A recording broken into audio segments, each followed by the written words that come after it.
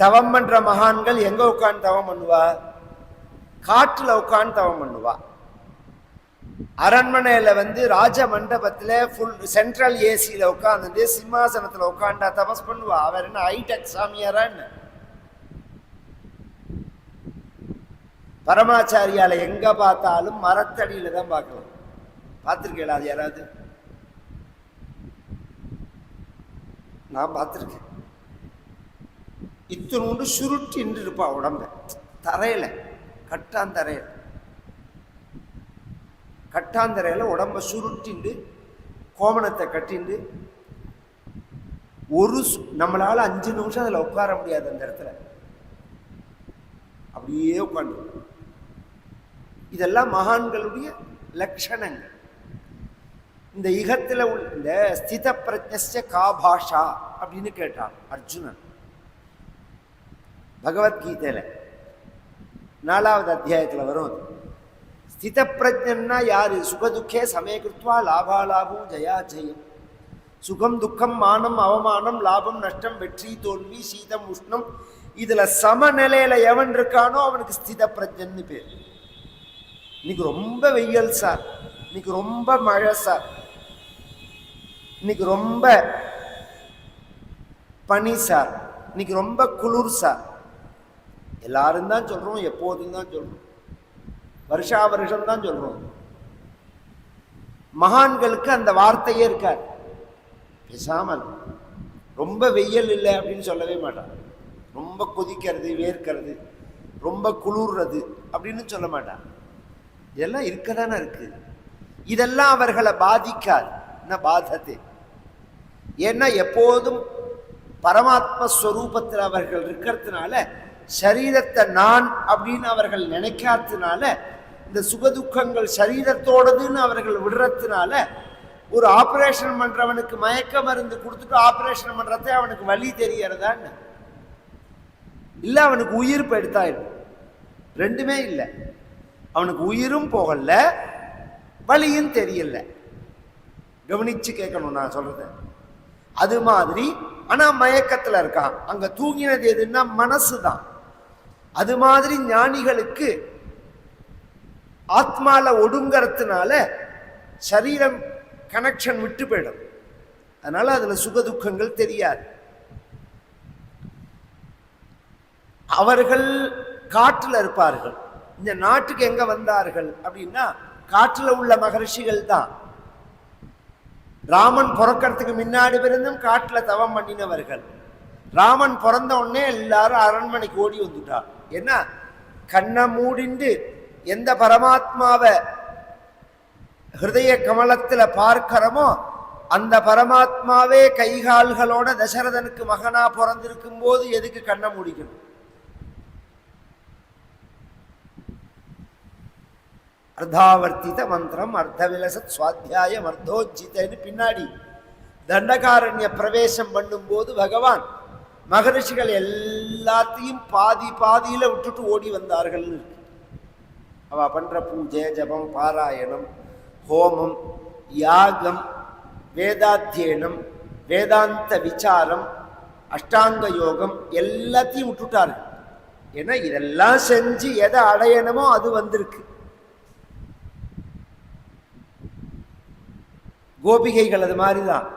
இந்த ராமாயணத்துல மகரிஷிகள் பாதியில எல்லாத்தையும் விட்டுட்டு வந்தா மாதிரி கோபிகைகள் வேணுகாகிலத்துல எல்லாத்தையும் விட்டுட்டு ஓடி வரார்கள். ஏன்னா உங்களுக்கெல்லாம் தர்மம் இல்லையா, அந்த தர்மத்தை செய்ய வேண்டாமா அப்படின்னு பகவான் கேட்கிறான். அந்த தர்மத்தை செஞ்சா அதுக்கு பலன் என்ன? என்ன அடைவீர்கள்னா ஒன்னு அடைஞ்சதுக்கு அப்புறம் அந்த தர்மம் என்னத்துக்குன்னு கேட்டாவா? அடைய வேண்டிய நீனே கிடைச்சதுக்கு அப்புறம் அந்த தர்மம் என்னத்துக்கு? அது மாதிரி அடைய வேண்டிய பரமாத்மாவே வந்ததுக்கு அப்புறம் இதுக்கு கோபிகைகள் விட்டுட்டு வந்ததுக்கு ட்ரையல் ராமாயணம் தான். ஏன்னா மகரிஷிகள் தான் கோபிகைகள். தண்டகாரண்யத்தில் உள்ள மகரிஷிகள் தான் கோபிகைகள்ங்கிறதுனால அங்க உள்ளவர்கள் அப்படியே வரார்கள். அப்படியே பாதியில விட்டுட்டு வரார்கள். இங்க ராமனை நேர பார்க்கிறார்கள். அதனால எல்லாரும் உட்கார்ந்து இருக்கார்கள். இதெல்லாம் விளக்கமா சொன்னார் தசரதன். அதெல்லாம் ஏத்துக்கிற மாதிரி இல்லை. சிலதெல்லாம் இன்னைக்கு நடக்கிறது இல்லை. ஏதாவது ஒரு கிரிட்டிக்கலா இடியிலேருந்து இன்கம் டாக்ஸ்லேருந்து ரெய்டுக்கு வரா அப்படின்னு உடனே ஆஸ்பத்திரியில் போய் படுத்துக்கிறாம தெரியல. அன்னைக்கு அரெஸ்ட் பண்ண வரான்னு ஆஸ்பத்திரியில் போய் படுத்துக்கிறாம தெரியல. இதை காமிச்சதே தசரதன் தான். என்ன பண்ணா, அன்னைக்கு ஆஸ்பத்திரி கிடையாது, அப்படியே மயக்கம் வாஞ்ச மாதிரி சாஞ்சுட்டான். மயக்கம் வந்தவன் மாதிரி சாஞ்சுட்டான் சிம்மாசனத்துல. 1 மணி நேரம் கண்ணை விழிக்கவே இல்லை. ஏன்னா வந்த நேரம் சரியில்லை. தசரதன் தலை சுத்தி போயிடுத்து. இப்போதைக்கு பேசாத, அப்புறம் பேசின்னு சொல்லுவா. அது மாதிரி இப்போதைக்கு வேண்டாம், நாம் அப்புறம் வந்துக்கலான்னு விஸ்வாமித்திரர் ஏந்துன்னு போயிடுவாருன்னு நினைச்சிட்டு அவன் மயக்கம் இருக்கா மாதிரி இருந்துட்டு ஒரு மணி நேரம் 1.5 மணி நேரம் கழிச்சு கண்ணை முழிச்சு பார்க்கறான். நகராம உட்காந்து இருக்கிறதோட இல்ல, தாடியை வேற எப்படி உருவிட்டே இருக்கா. இந்த தாடி உள்ளவா தாடி அப்படி தடவினாலே ஏதோ யோஜனைன்னு அர்த்தம்.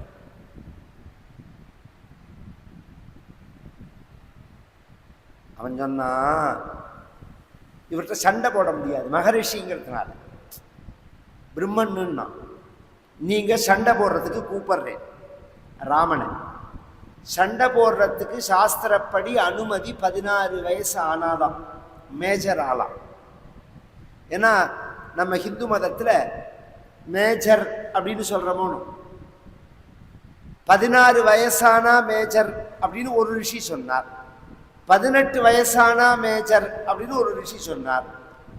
21 வயசானா மேஜர்னு ஒரு ரிஷி சொன்னார்.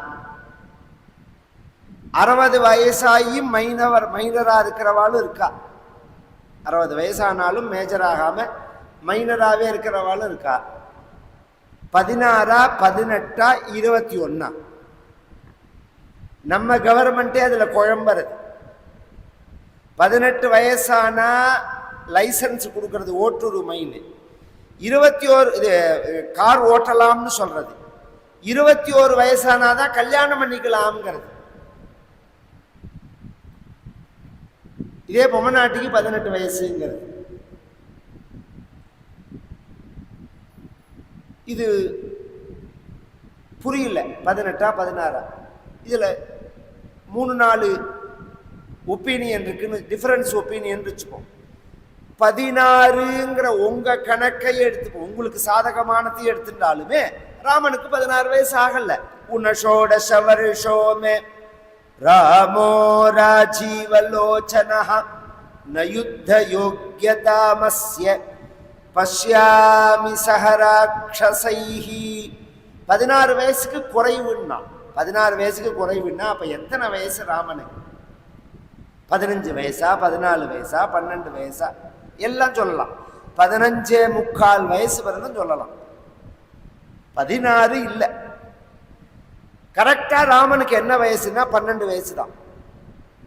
அப்புறம் இவன் 16 வயசுக்கு குறைவுன்னு சொல்லுவானே, ராமருக்கு 12 வயசுன்னு சொன்னா இன்னும் தசரதனோட சைடு ஸ்ட்ராங் ஆகுமே அப்படின்னா அதுல ஒரு ப்ராப்ளம் இருக்கு. என்னன்னா, ராமனுக்கு வயசு தான் 12 தவிர வளர்ச்சி 20 வயசு இருக்கு. அஜானுபாகுவா இருக்கான் பகவான். அந்த ராமனோட அந்த உயரம் இருக்கு பாருங்க, 8 அடி இருக்கும். 8 அடி 9 அடி இருப்பான் பகவான்.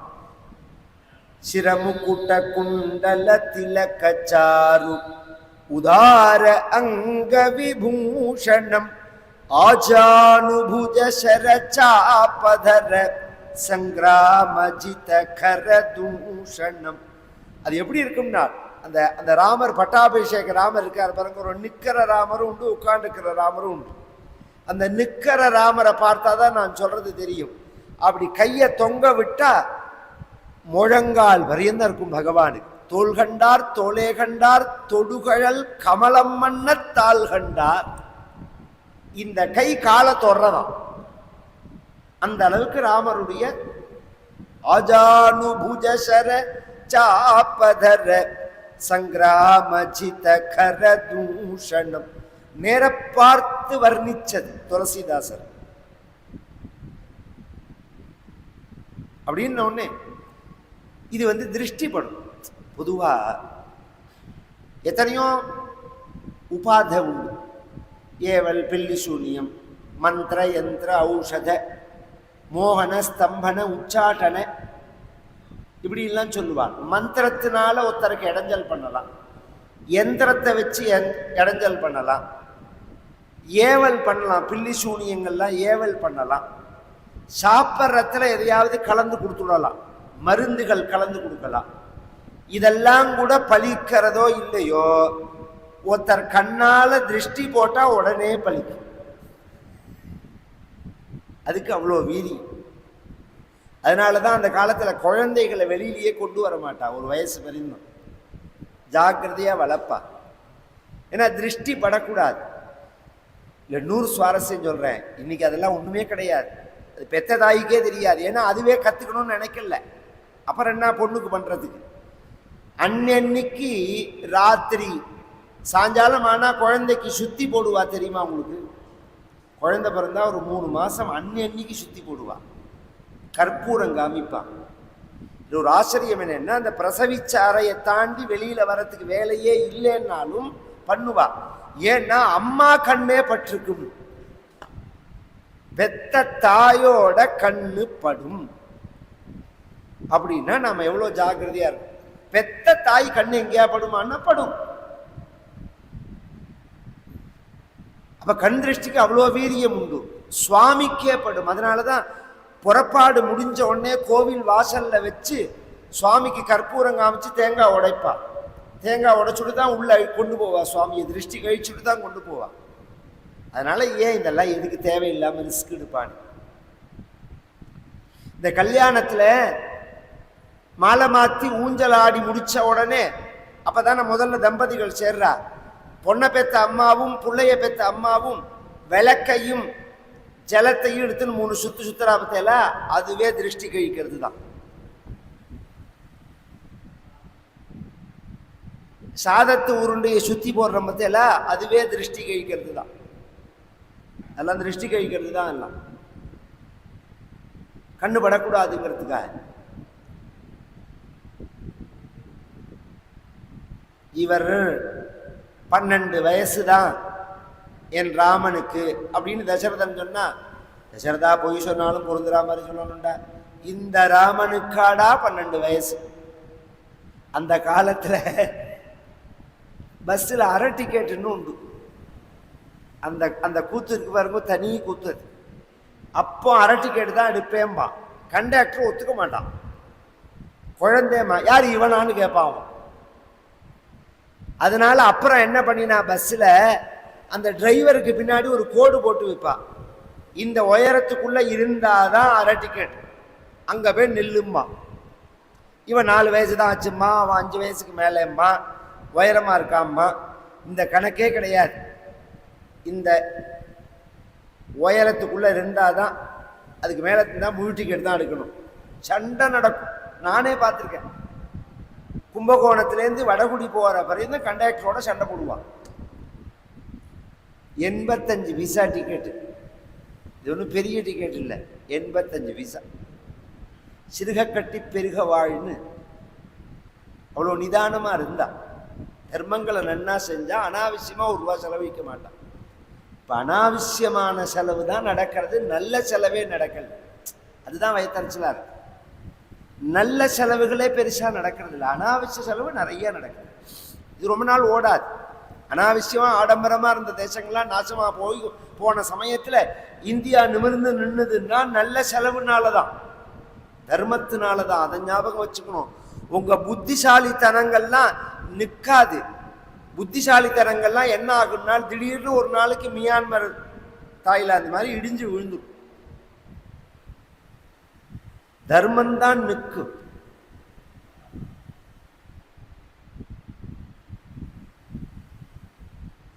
இப்ப என்ன பண்ணலாம்? நான் வரேன், உங்களுக்கு யாகத்தை தானே காப்பாத்தி கொடுக்கணும், நான் வரேன். இவனுக்கு வயசாச்சே, இவன் வந்து எப்படி சண்டை போடுவான்லாம் யோசனை பண்ணாதீங்க. நான் சின்சியரா இந்த உடம்புல உயிருள்ள பரியந்தம் சண்டை போடுவேன்னா நீ வரவே வேண்டான்னாரு. ஏன்னா நான் சண்டை போட்டு உங்களை நான் வெற்றியை தேடி கொடுப்பேன், யாகத்தை காப்பாற்றி கொடுப்பேங்கிற வார்த்தையை சொல்லியிருந்தா ஓகேன்னு சொல்லியிருப்பார். இந்த உடம்புல உயிர் உள்ள பரிந்தம்னா முடிவை இங்கேயே சொல்லிட்டான், நீ வரவே வேண்டாம், எனக்கு ராமன் தான் வேணும், ராமனை தரமாட்டேன், நீ வர வேண்டாம், வேண்டாம். அப்ப ராமனை தரமாட்டியா? தரமாட்டேன். முதல்ல நான் வந்த உடனே நான் என்ன கேட்டாலும் தரேன்னு சொன்னையே, சொன்னேன். இப்ப தரமாட்டேன்னு சொல்றையே, நீங்க ராமனை கேட்பேன்னு எனக்கு தெரியாது, ஏதோ தட்சிணை கேட்பேல், நெய் கேட்பேல், வஸ்திரம் கேட்பேல், அரிசி மூட்டையை கேட்பேல், சமைத்து கேட்பேல்னு கேட்டேன்னு தவிர ராவண குடுன்னு சொன்னார். அதனால அதெல்லாம் சரியா வராது. அப்ப நான் என்ன கேட்பேன்னு தெரிஞ்சிருந்தானே நீ சொல்லணும். பொய் சொன்னதா ஆகாதா? அதை பத்தி நான் கவலைப்படலை. விஸ்வாமித்திரர் சொன்னார், இதே வம்சத்துல ஹரிச்சந்திரன் ஒருத்தன் ஒரு பொய் சொல்ல மாட்டேன்னு சொல்லி எல்லாத்தையும் இழந்தான், சத்தியத்தை காப்பாத்துவேன்னு சொன்னான். அந்த குடும்பத்துல பிறந்து நீ பொய் சொல்லி சௌக்கியமா இருக்கலாம்ங்கிற புது வழியை கண்டுபிடிச்சிருக்கியா தசரதா? சௌக்கியமா இருக்கு. மித்யா பிரதிஜ்ஞா குஸ்தாத் சுகீ பவ சபாந்தவா. நீ சௌக்கியமா இருந்துக்கோ, நான் போயிட்டு வரேன், நான் போயிட்டு வாங்கணும், அப்படியே சொல்லிட்டான். போயிட்டு வாங்கட்டான். போ கிளம்பினாரான்னா கிளம்பல, போயிட்டு வரேன்னவர் கிளம்ப வேண்டிதானே. இந்த பாண்டி பஜார்ல ரோடோர வியாபாரிக்கு மாமிக்கும் நடக்கிற சண்டையை பார்த்தா தான் தெரியும். நான் அவன் தரமாட்டேம்மா, நீ வேண்டாம்பா, நீ போயிட்டு வாம்மா, நானும் போறேன்பா. இவனும் ரெண்டு அடி நகர மாட்டான், அவனும் விட மாட்டான். அது மாதிரி இவர் போயிட்டு வரேன்னார், போயிட்டு வாங்கன்னா போகவே இல்லை. அவனும் பேசாம இருக்கான். உடனே கூப்பிட்டார் வசிஷ்டன், நீ இப்படி பண்ணக்கூடாது தசரதான். ஏன்னா நீ முதல்லயே வாக்கு கொடுக்க கூடாது, இப்ப இல்லைன்னு சொல்றது தப்பாயிடும். என்ன ஆகும்னு கேட்டா, எல்லாருமே அப்படிதான் நினைச்சிட்டு இருக்கா, இதுல என்ன பெருசா ஆயிடும்னு. ஒரு மனிதன் சொன்னபடி நடக்கலைன்னா அவன் வாழ்நாள்ல அதுவரையில் அவன் செஞ்ச புண்ணியங்கள் அவனை விட்டு போயிடுண்டான். பெரிய விஷயம்டா அது. அதனால தாண்டா நாம இப்ப எவ்வளவு பண்ணாலும் நிற்க மாட்டேங்கிறது. எவ்வளோ மோட்டரை போட்டாலும் ஒரு பக்கத்துல டாப்பு திறந்து இருந்ததுன்னா டேங்க் எப்படி ஃபுல்லாகும் சொல்லும், லீக்கேஜ் இருந்தா எப்படி டேங்க் ஃபுல்லாகும். அது மாதிரி தர்மத்தை செய்யும் போது அந்த தர்மத்தை லீக்கேஜ் ஆகாம பார்த்துக்கிறது தான் புத்திசாலித்தனம். இப்ப என்ன பண்ணணும்னு கேட்டான், நீ சொன்னபடி கொடு, அந்த தர்மமே உன் குழந்தையை காப்பாத்து. ரெண்டாவது, இந்த விஸ்வாமித்திரரை பத்தி எனக்கு தெரியும், தன் யாகத்தை காப்பாத்திக்க முடியாம உங்ககிட்ட அவர் வரல. ஏன்னா அவர் எவ்வளோ பெரிய போராளின்னு எனக்கு தெரியும். இந்த ராட்சசர்கள் எல்லாம் அவரே துவம்சம் பண்ணிடுவார். அதை தாண்டி அவர் ராமனை கேட்கிறார்னா ராமனுக்கு வேற ஏதோ நல்லது செய்ய போறார். அவர் தவ புத்திரஹிதார்த்தாய துவமுபேத்யாபியாச்சதே. உன் குழந்தை சீதா கல்யாணம்ங்கிறது வசிஷ்டருக்கு தெரியும், ஆனா அதை நேரடியா சொல்லலை. இதெல்லாம் அவதார ரகசியம் இல்லையா? அதனால மறைமுகமா சொல்றார். அவர் கல்யாணம் பண்ணி வைக்கதான் வந்திருக்காருன்னு தெரியும் வசிஷ்டருக்கு. சொன்ன உடனே கொடுத்துட்டோம். ஒரு 2 மணி நேரம் ஆர்கியூமெண்ட் பண்ணார் விஸ்வாமித்திரர். பொய்யா போங்கட்டான், 2 வார்த்தை தான் சொன்னார், வசிஷ்டர் கொடுத்துட்டான். இதுல இருந்து என்ன தெரியறதுன்னா, யார் சொன்னாலும் ஜனங்கள் கேட்க மாட்டா, சொல்றவா சொன்னாதான் கேட்பான். எல்லாரும் சொல்றதையும் ஜனங்கள் கேட்டுருவாளா? சொல்றவா சொல்றதுதான் கேட்பான். தர்மத்தை சொல்றதுக்கு ஒரு தகுதி வேண்டாமா? தர்மத்தை சொல்ற எங்க தாத்தா அந்த இடங்கள்லாம் கதை சொல்றதே அது ஞாபகம் வருது. இது மாதிரி பம்பாயில பஜன சமாஜம்னு இருக்கு. அந்த சமாஜம் கன்ஸ்ட்ரக்ஷன் நடக்கிறது. எங்க தாத்தா நாராயண தீட்சிதர் சொல்றார், நான் சொல்றது 56ல் 1956ல் இந்த சமாஜத்தில் இப்போ பிரவச்சனம் நடக்கிற இடத்துல 12 ஃபேன் தேவைப்படுறது. பக்தா எல்லாம் உட்கார்ந்து கொசுகடி இல்லாமல் பொதுவாக ராமநவமி காலத்துலலாம் வேர்வை இல்லாமல் நிம்மதியாக பகவத் குணத்தை கேட்கறதுக்கு இந்த ஃபேன் போடணும். ஃபேன் அந்த காலத்தில். எந்த பக்தாளுக்கு பாக்கியம் இருக்கோ அவ கலந்துப்பா, இப்படிதான் சொன்னார். இதுல 2 வகை உண்டு சொல்றதுல. இந்த வாரியார்னு ஒருத்தர், அவர் சொல்லுவார், இது மாதிரி ஒரு தர்ம காரியங்கள் பண்ணணும்னா தம்பி கமிட்டிக்காரரை கூப்பிட்டு சொல்லுவார், பல்பொடிக்காரன் மாதிரி. பல்பொடிக்காரன் மாதிரி அப்படின்னா என்னன்னா, இந்த ரோடோர வியாபாரம் இருக்கு பத்தியில, நாட்டு மருந்து விற்கிறான் பாருங்க, எடுத்த உடனே யாரும் நம்பி வாங்க மாட்டான். அதனால நம்பிக்கை வர்றதுக்காக வாங்கறதுக்காகவே 4 பேரை வச்சிருப்பான்.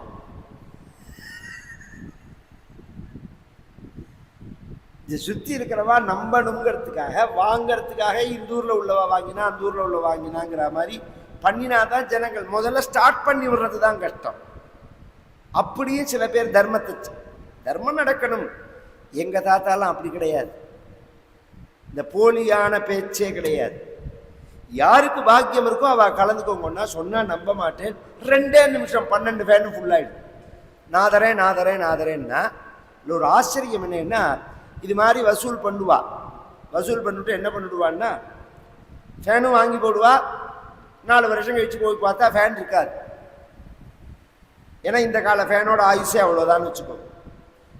56ல் போட்ட ஃபேன் இன்னைக்கு சுத்துறது பஜனை சமாஜத்தில். இன்னைக்கு போனால் மண்டையா இருக்கும். நான் கூட கணேச வாத்தியாரை கேட்டேன் ஒரு தடவை, ஏன் மாமா ஃபேனை மாற்றல, எல்லாம் கன்ஸ்ட்ரக்ஷன்லாம் மாற்றிருக்கேன், ஃபேன் உங்கள் தாத்தாய் சொன்னது இது 2 நிமிஷத்தில் பக்தால் கொடுத்தது, ஒரு ரிப்பேர் கிடையாது, அப்புறம் என்னத்துக்கு மாற்றணும்னு. அந்த தர்மம் சொல்றவா சொல்றதை பொறுத்து இருக்கு. இந்த வாக்கில் இருக்கணும். நம்ப வேண்டாமா ஜனங்கள், நம்புற அதுக்கு நேர்மை இருக்கணும். ரொம்ப நாளைக்கு ஜனங்களை ஏமாத்திட முடியாது. சில பேர் ஏமாத்துறாளே, சில பேர் ஏமாந்து போறாளேன்னா 2யுமே சொல்லிவிடுறேன். யார் ஏமாந்து போவான்னால், எவன் நேர்மையா சம்பாதிக்கலையோ அவன் தான் ஏமாந்து போவான். அவன் பணம் அப்படி ஏமாறணும்னு இருக்கு. நல்லவர்களுடைய சம்பாத்தியம் நல்லவர்கள்ட்ட தான் போகும், நல்ல காரியத்துக்கு தான் போகும், நல்லவர்களை தான் நம்ம மனசு நம்பணும்னு தோணும். நாம வருத்தமே பட வேண்டாம். இன்னைக்கு எத்தனை பேர் பிரபலமா இருக்கா. இன்னைக்கு ஆன்மீக உலகத்துல, எல்லா உலகத்தையும் விட்டுருவோம், ஆன்மீக உலகத்துல எடுத்துட்டாலே எத்தனை பேர் பிரபலமா இருக்கா. கொஞ்சம் யோசனை பண்ணி பாருங்க. எல்லாரையும் நம்ம மனசு ஏத்துக்கலையே. ஏன்னா நம்ம அந்த சம்ஸ்காரத்துல வந்தவா. இதெல்லாம் நமக்கு அவசியம் இல்லை. இந்த குறுக்கு வழியே வேண்டாம். சாஸ்திர ரீதியா நம்ம ஆச்சாரியாலாம் என்ன சொல்றாலோ, மகான்கள்லாம் என்ன சொல்றாலோ அதை நாம நம்பினா போரும் அப்படின்னு தான் நமக்கு தோணும். அது வசிஷ்டர் சொன்னார், விஸ்வாமித்ரர் தசரதன் உடனே 2 குழந்தைகளையும் கொடுக்கிறான்.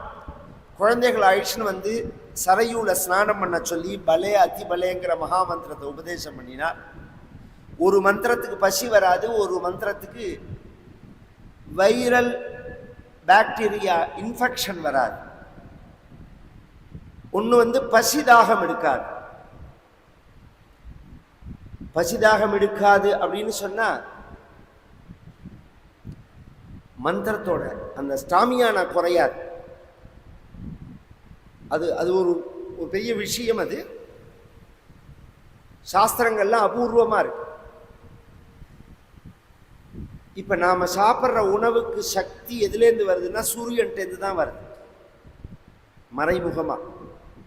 அந்த சக்தியை எடுத்து தாவரங்கள் அதை ஸ்டார்ச்சா பண்றது. அந்த தாவரங்களை நாம் சாப்பிடும்போது அது எனர்ஜியா நமக்கு மாறுறது. இந்த சிஸ்டம் ஒரு கட்டத்துக்கு மேல அந்த சூரியனோட வேவ்ஸ்லேருந்தே அந்த சக்தி எடுத்துக்கிற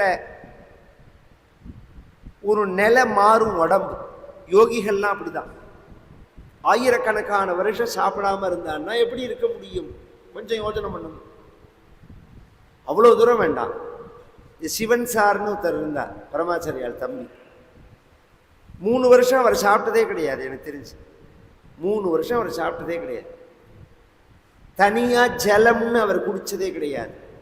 உடம்பு முழுக்க வாட்டர் தானே, குடிக்கவே மாட்டார், ஜலமே குடிக்க மாட்டார் சிவன் சார். உயிரோடு இல்லையா? இதெல்லாம் பெரிய சயின்ஸுக்கு அப்பாற்பட்ட விஷயம். ஆனா நம்பணும். நம் சாஸ்திரத்துல எல்லாமே சொல்லியிருக்கு. எவனோ சொன்னான்னு அதை ஏமாத்துன்னு சொல்லக்கூடாது.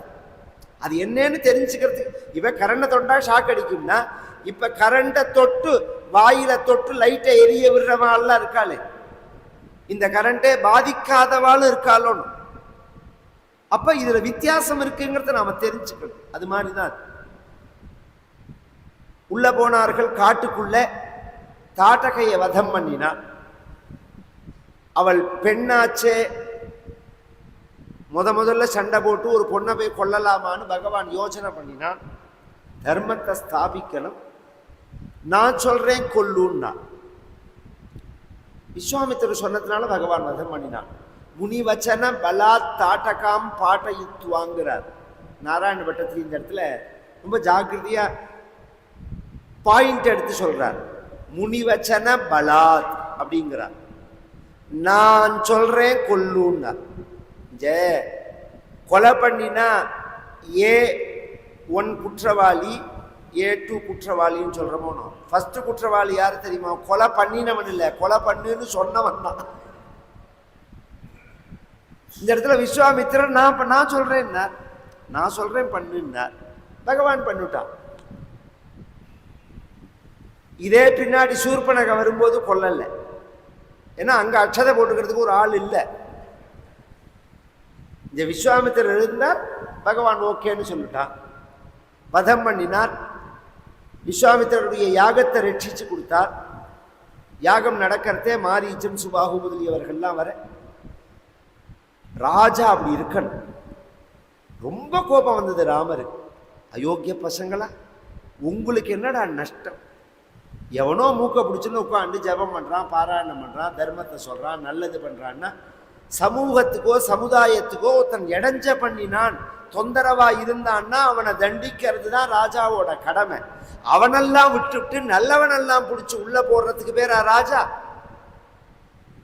சமூகத்துல உள்ள குற்றவாளிகளை விடலாமா ராஜா? இவன் இவர் யாகம் பண்றார், உனக்கு என்ன நஷ்டம் அதுல? இவர் பூஜை பண்றார், உனக்கு என்ன நஷ்டம் அதுல? அவர் பாட்டுக்கு ஏதோ பண்ணிட்டு போறார். நீ அதை கெடுக்கிறது இது பண்றது, நான் விட்டேனா பாரு, நான் தொலைச்சு விட்டுட்டாள் பகவான். அத்தனை பேரையும் வதம் பண்ணினார் மாரீச்சனை தவிர.